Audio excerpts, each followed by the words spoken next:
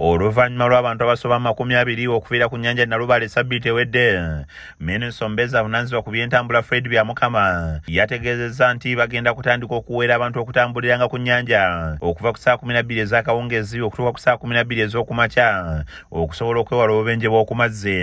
Minisita Byamukama yategeezezza nti akabenje kano kaguddewo mu kiro ne kizibuwaza omulimu gw'abantu abanditaasizza abantu abatambulira ku mazzi okujja okubayamba, wabula abaka nga bakulembeddwamu ebizinga by'ebuvuma Robert Migade wamu ne Honorable Kabusu Moses ow'ekyamuswa ng'okugase n'omubaka Ronald Balimwezo owa Nakawa East bagamba nti ekyokutambula ekiro kyakwekwasa kya gavumenti olw'okuba nti yalemererwa okulongoosa entambula y'oku mazzi.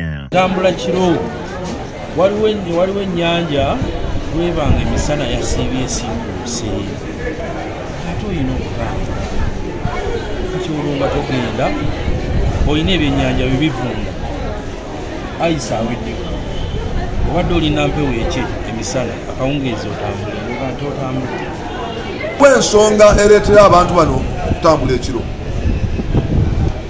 ate sibatambuze bukadde bwe bava obubenje n'abavubi ebyennyanja tebabivuba misana ebyennyanja babivuba kiro ontegera bulungi nnyo. Ekyokubiri ekyokutambula ekiro kyandibadde issue naye weebuuze lwaki batambula kiro ontegera bulungi nnyo.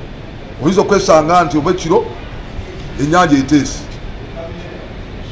nga tebajja kukozesa mafuta mangi ontegera bulungi naye walabira okufuna kuba tewaliwo tteeka ligamba nti otambula kiro.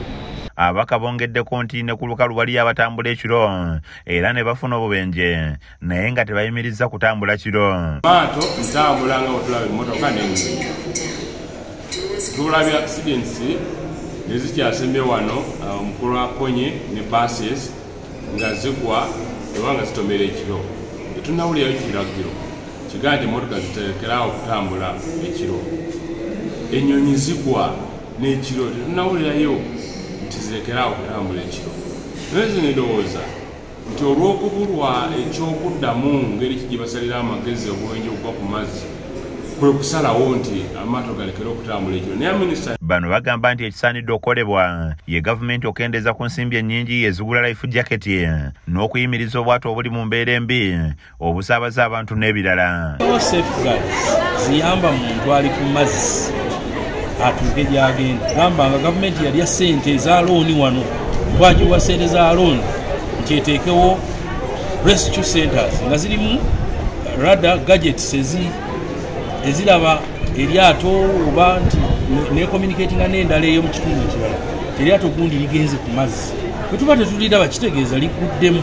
Ekyokuddamu si kuyimiriza maato okugamba nnyo okugamba nti amaato ag'ebinaala galeme kuteeka kabindo abantu bambale life jackets byebisinga obukulu. Matiya Sekanjako yakusakidde eggulya lino ku KSTV Agaalero.